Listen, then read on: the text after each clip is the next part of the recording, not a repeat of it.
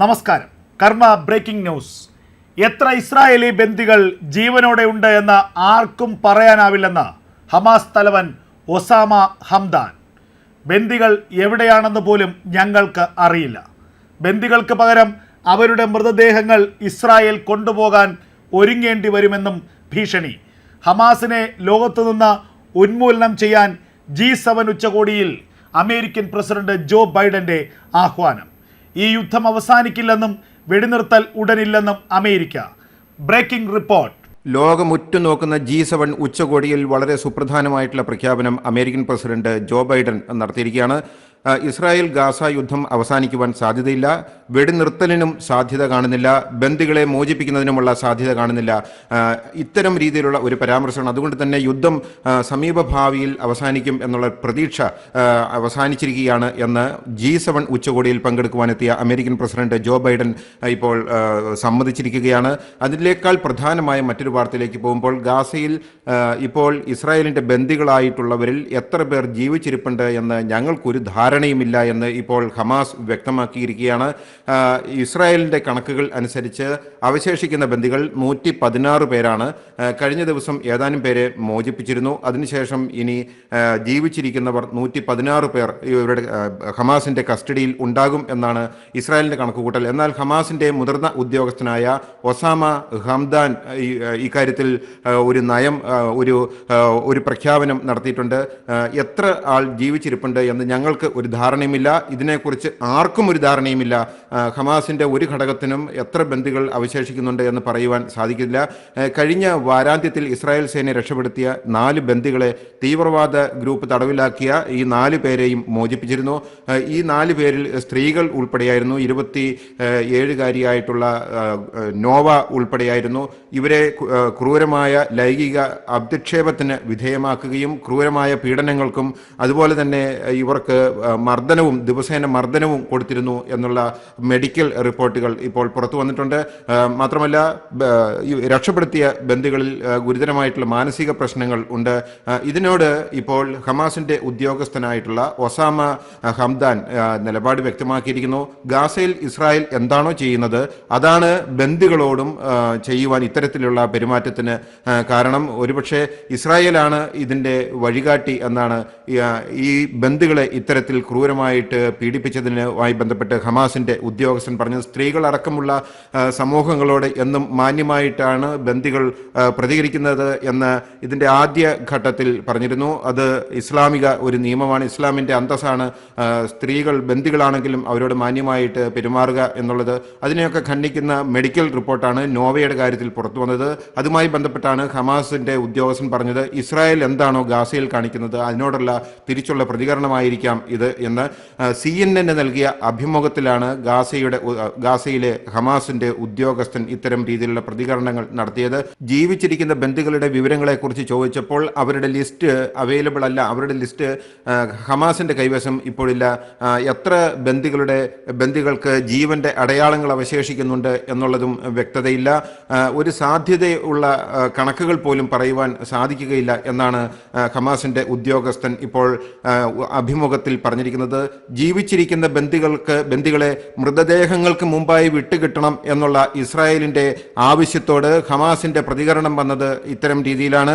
അത് ജീവിച്ചിരിക്കുന്ന ബന്ദികളുടെ സ്ഥാനത്ത് അനിശ്ചിതത്വങ്ങൾ തുടരുകയാണെങ്കിൽ മൃതദേഹങ്ങൾ വിട്ടുകൊടുക്കുവാൻ അനുവദിക്കും.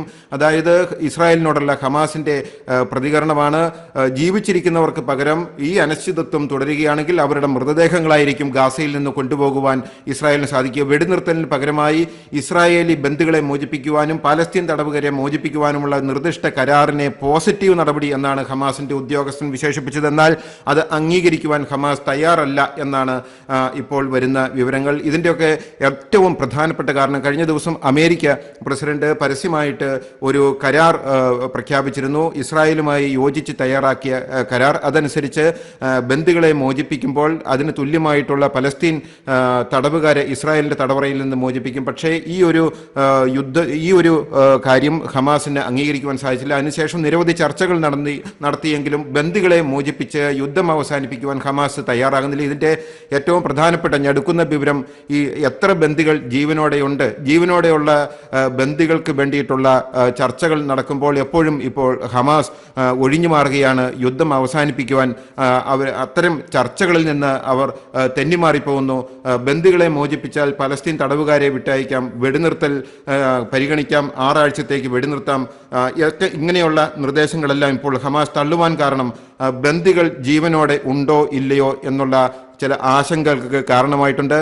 ബന്ദികളെ ചുറ്റിപ്പറ്റിയുള്ള ചർച്ചകളിൽ നിന്നെല്ലാം ഹമാസിന്റെ ഉദ്യോഗസ്ഥർ ഒഴിഞ്ഞു മാറുമ്പോൾ ഇപ്പോൾ ഹമാസിന്റെ ഉദ്യോഗസ്ഥൻ തന്നെ പരസ്യമായിട്ട് വെളിപ്പെടുത്തുകയും ചെയ്തിരിക്കുകയാണ്.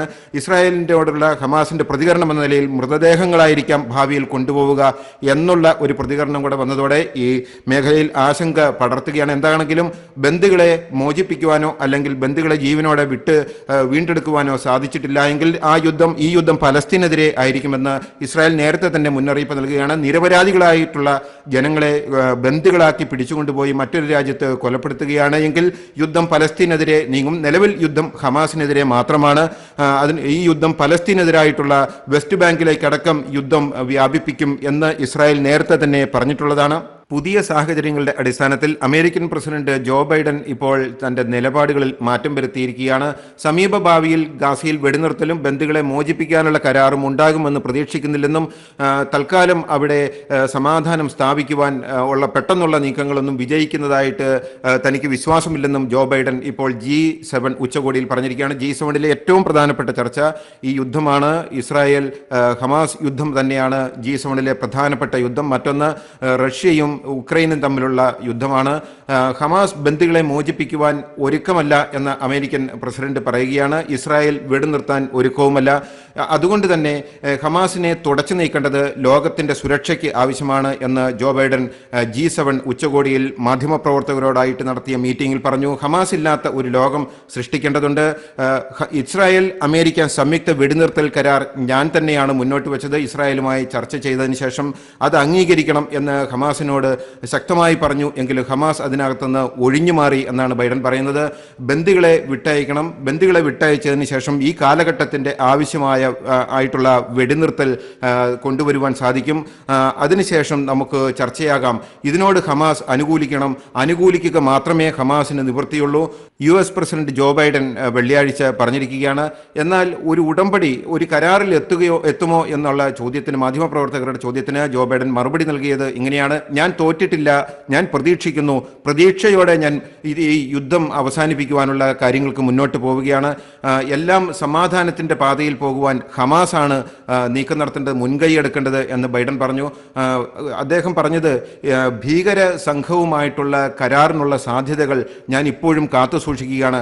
എന്നാൽ ഹമാസിനോട് അമേരിക്ക ആവശ്യപ്പെടുന്നത് ബന്ദികളെ ഏകപക്ഷീയവും നിരുപാധികവുമായി മോചിപ്പിക്കുവാൻ തയ്യാറാകണം. കാരണം ഈ യുദ്ധത്തിന്റെ തുടക്കം ഹമാസിൽ നിന്നാണ്.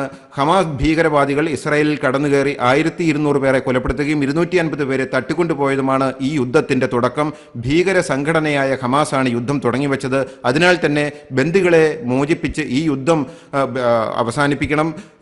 അവർ തുടങ്ങിവെച്ച യുദ്ധം ബന്ദികളെ മറയാക്കി നടത്തുന്നത് ഭീരുത്വമാണ്.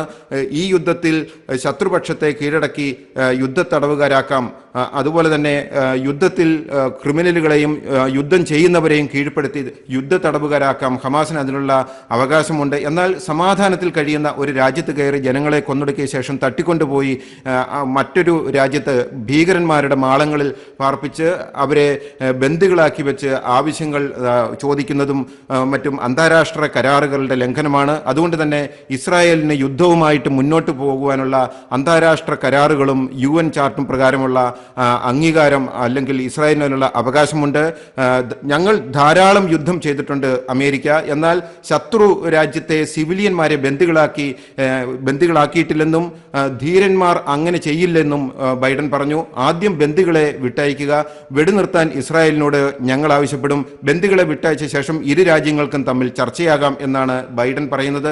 യുദ്ധം നിർത്തുവാനും പലസ്തീൻ തടവുകാർക്ക് പകരമായി സ്ട്രിപ്പിൽ തടവിലാക്കപ്പെട്ട 116 ബന്ദികളെ ജീവനോടെ തന്നെ ഇസ്രായേലിന് വിട്ടുകൊടുക്കണം എന്നതുമാണ് ലോകത്തിന്റെ ആവശ്യം. അതിൽ നിന്ന് ഹമാസ് ഹമാസ് ഇപ്പോൾ ഒഴിഞ്ഞു മാറുകയാണ് എന്ന് ജോ ബൈഡൻ കുറ്റപ്പെടുത്തി. കാരണം അവർക്ക് ലക്ഷ്യം മറ്റു പലതുമായിരിക്കാം. ഒരു കരാറിന്റെ രൂപരേഖ കഴിഞ്ഞ മാസം അവസാനം പുറത്തുവിട്ടതായിരുന്നു. അതിൽ ബന്ദിമോചനം വളരെ വ്യക്തമായിട്ട് പറഞ്ഞപ്പോഴും ഹമാസ് അതിൽ നിന്ന് പിന്മാറുകയായിരുന്നു. ഈ യുദ്ധം തുടങ്ങിയത് ഹമാസാണ്. അതുകൊണ്ട് തന്നെ ആരാണോ യുദ്ധം തുടങ്ങിയത് അവർ ആദ്യം തന്നെ ഈ ചെയ്ത തെറ്റുകൾ അവസാനിപ്പിച്ച് യുദ്ധവിരാമം ആ ഭാഗത്തു നിന്നും തന്നെ ഉണ്ടാകണം. അതാണ് യുദ്ധ നിയമവും മര്യാദകളും എന്ന് ജോ ബൈഡൻ പറഞ്ഞു.